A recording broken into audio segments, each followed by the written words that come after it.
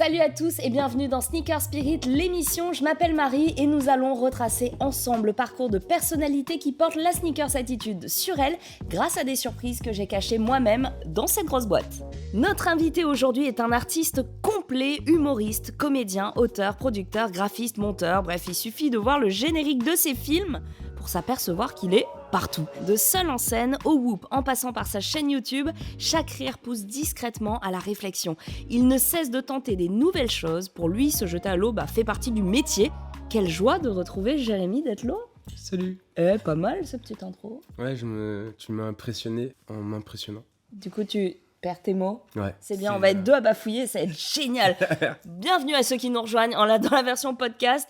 Non, mais c'est cool, c'est vrai que, comme je disais, tu es absolument partout, tu fais tout. De A à Z, de l'idée jusqu'à la conception, jusqu'au produit fini. Ouais, ça c'est... je sais pas d'où ça vient. Après, je suis un fan d'Alexandre Astier, donc sachant qu'il fait la même chose aussi. C'est vrai.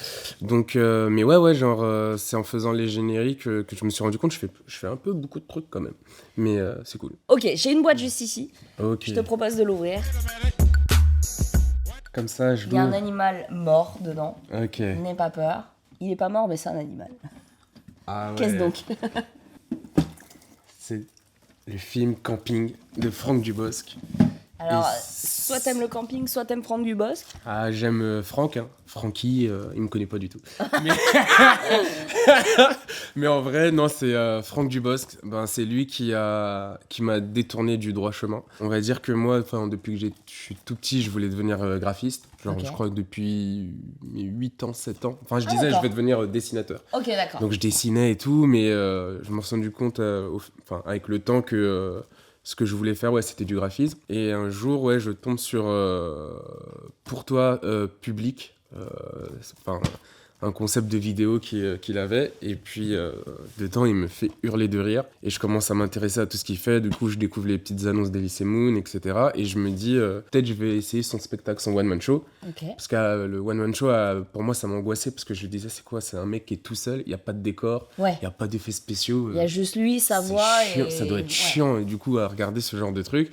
Et je regarde parce qu'il me fait grave rire dans ses sketchs. Et je découvre le one-man show. Et là, je fais, oh ouais, tu peux faire rire les gens en racontant ce qui t'est arrivé de dramatique et tout. Et je me suis dit, ouais, putain, moi aussi, j'ai des trucs dramatiques et tout à raconter. Et je me suis mis à écrire. Le DVD, le spectacle s'est arrêté. J'ai pris mon cahier, j'ai commencé à écrire. Donc, au final, t'as retrouvé quand même tes premiers amours, puisque tu fais aussi un peu de graphisme, un peu de... Oui, tu on va montes dire tes que... vidéos, etc. Ouais, donc, genre, j'ai pas totalement... Enfin, je suis vraiment allé jusqu'au bout de... Enfin, j'ai un master en graphisme. Ouais. Et puis dès que j'ai validé le diplôme, c'était une école privée, j'ai dit à mes parents, en fait je veux plus faire ça, merci pour les 15 000 €, c'était cool. Ah, bon, ça te... Merci, c'était sympa, mais je vais faire du one. Et du coup, j'ai validé mon truc, mais en fait ça m'a servi pour après, quand j'ai commencé à prendre la direction artistique, genre en fait quand je m'adresse à des graphistes, du coup je sais de quoi je parle, du coup on peut pas trop me douiller. Ta première scène solo, justement, comment tu l'as vécue? La première fois que ça Je y suis est... monté sur scène. Ouais, que tu t'es confronté aux gens. Ben, c'était le spectacle de fin d'année.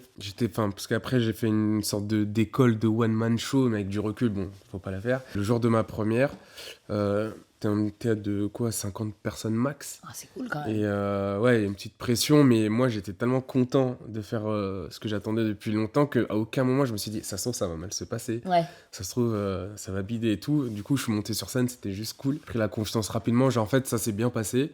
Je me suis dit, ah yeah, c'est bon, je suis le prochain Gad Elmaleh, fin du game. Je suis le boss.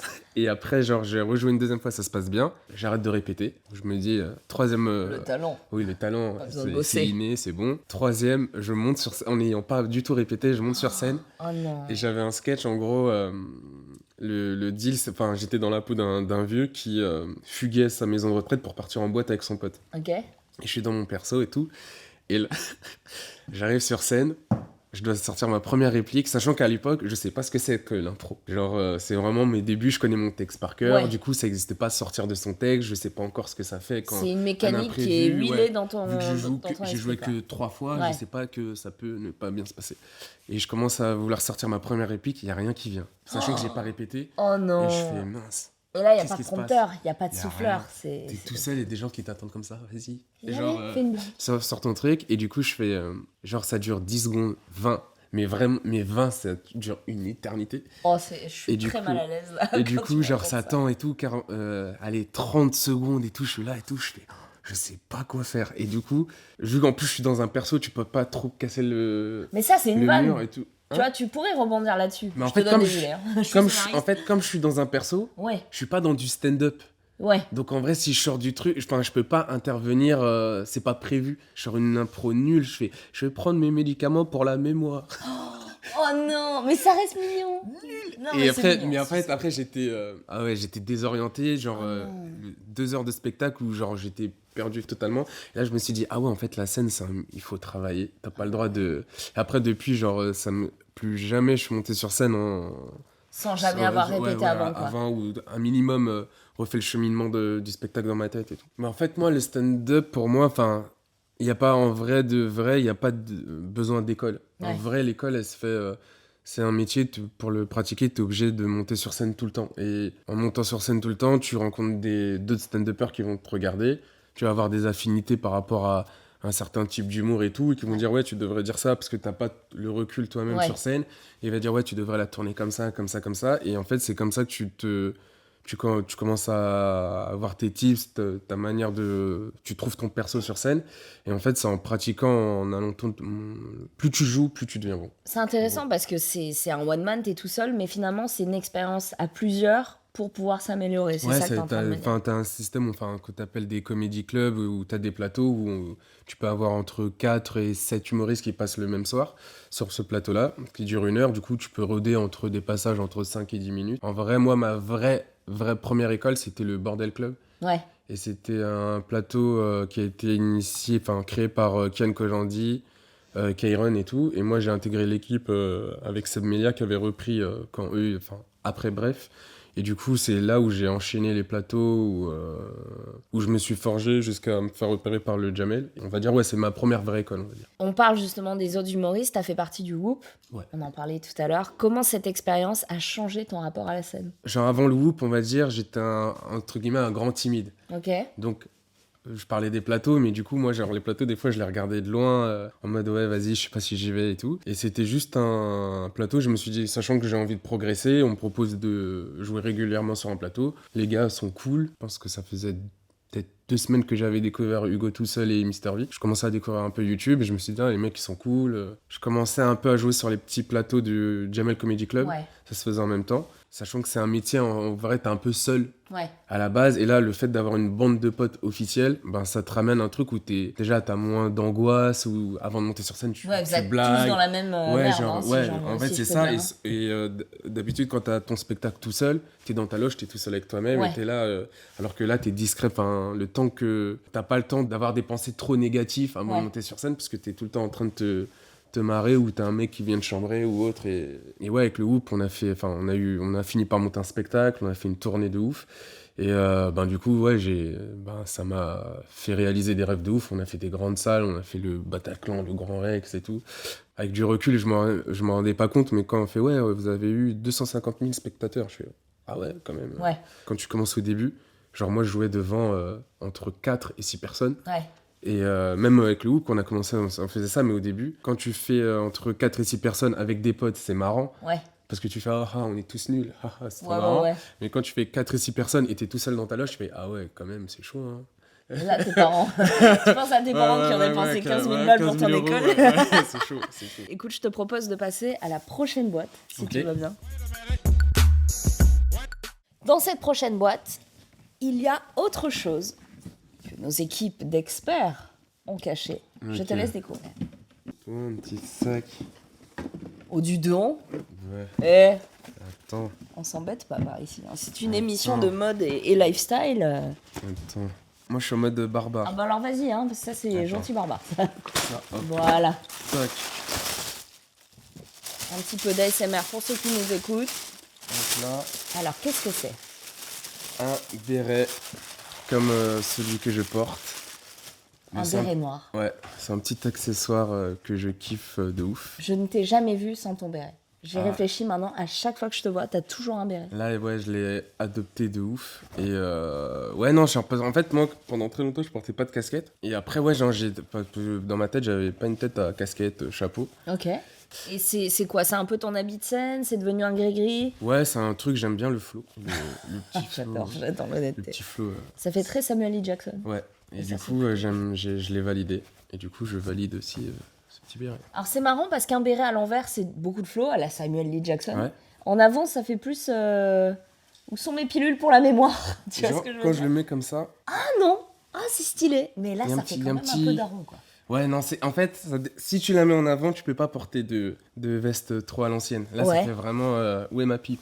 Mais. mais- C'est tout à fait ça. Alors justement, pour les casquettes, ce sont souvent des truckers. Qu'est-ce que tu affectionnes d'autre au niveau mode? Parce que là, tu viens de me parler d'accorder la veste avec le chapeau. Ouais. C'est des détails auxquels tu prêtes attention? En ce moment, ouais, j'aime tout ce qui est un peu chemise motif à l'ancienne, j'aime bien. Avant, j'étais pas trop fripe. Ouais. Mais maintenant, je kiffe partir en mode chasse au trésor dans les friperies, trouver des petites pièces. C'est rares. vraiment ça, aller trouver la petite pièce, Ouais. lui redonner une seconde vie. Ouais, que ce soit même dans l'image ou dans la mode, genre en ce moment, genre t'as le retour même dans l'image des années 80-90 Ouais. qui revient à la mode de ouf, et du coup même les cassettes, les mini DV et tout, genre le grain que ça donne à l'image, c'est des trucs que les gens ils cherchent à reproduire en filtre Insta et tout, et c'est pareil dans la mode, t'as des pièces qui aujourd'hui qui reviennent de ouf. Mais alors justement, quand on était gamin, parce qu'on est de la même génération, il y a des trucs qu'on nous faisait porter. Franchement, nos parents, on les détestait pour ça. C'est chaud. T'as peut-être eu le pantalon en velours côtelé. Ah, le velours j'ai eu la cagoule, mais là juste où tu vois tout le visage qui Quelle angoisse. On l'avait dit en introduction, tu crées absolument tout. Quand t'as l'idée, tu vois, tu la processes, tu la crées, tu la montes, et puis tu la balances dans le monde. Est-ce qu'il y a encore des choses, des univers inexplorés que t'aimerais peut-être toucher du doigt? Par exemple, le comédien de doublage, c'est quelque chose que tu pourrais peut-être ajouter à ta panoplie?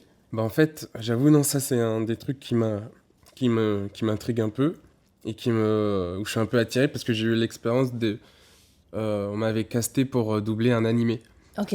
Et en fait, c'était la boîte qui fait le doublage de One Punch Man. Ok.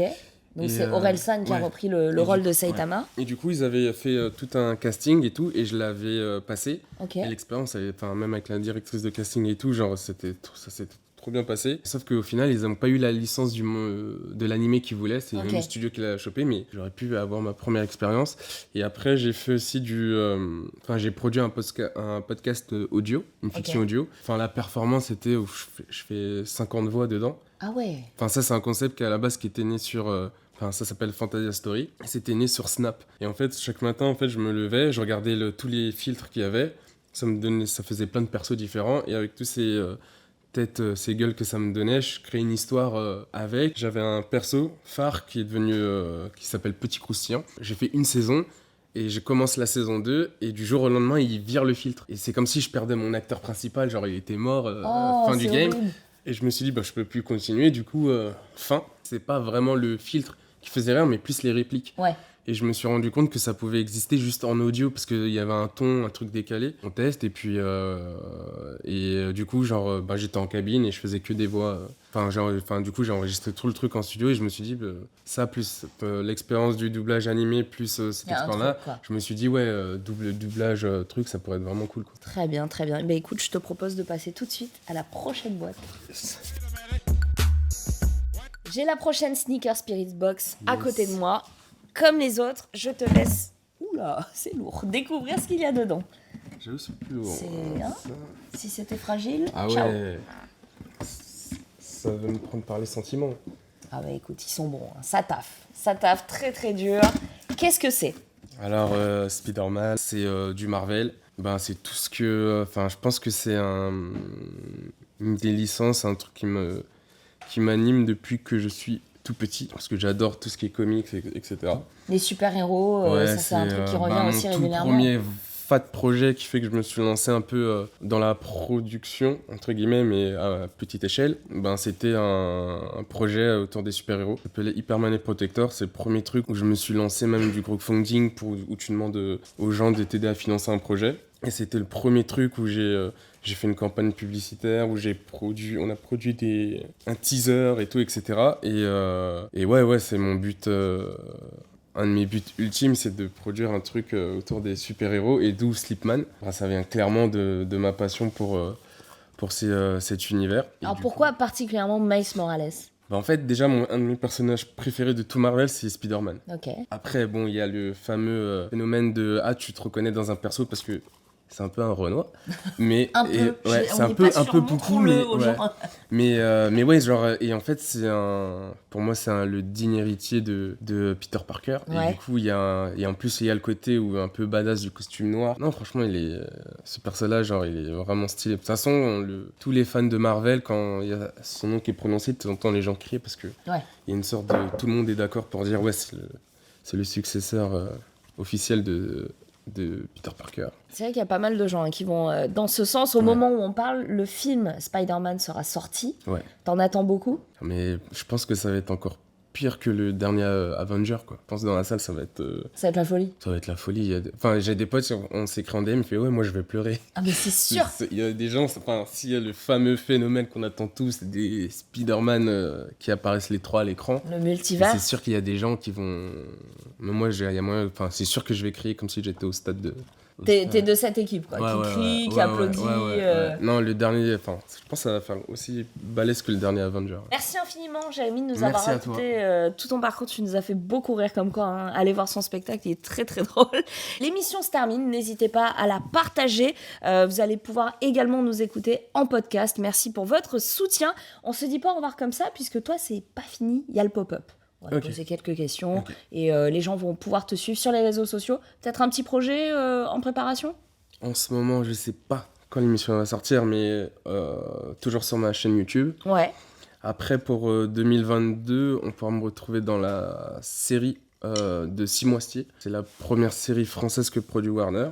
Donc, c'est très très cool et très fier d'être dans ce projet. Je passe 2 têtes dans un film qui va sortir au ciné. Trop cool. Et un truc qui va sortir sur Netflix. Mais... ça va être cool, je peux pas trop en dire. Merci beaucoup, on te retrouve dans l'interview pop-up sur les réseaux Sneaker Spirit. Quant à moi, je vais retrouver un prochain invité pour Sneaker Spirit, l'émission. Salut!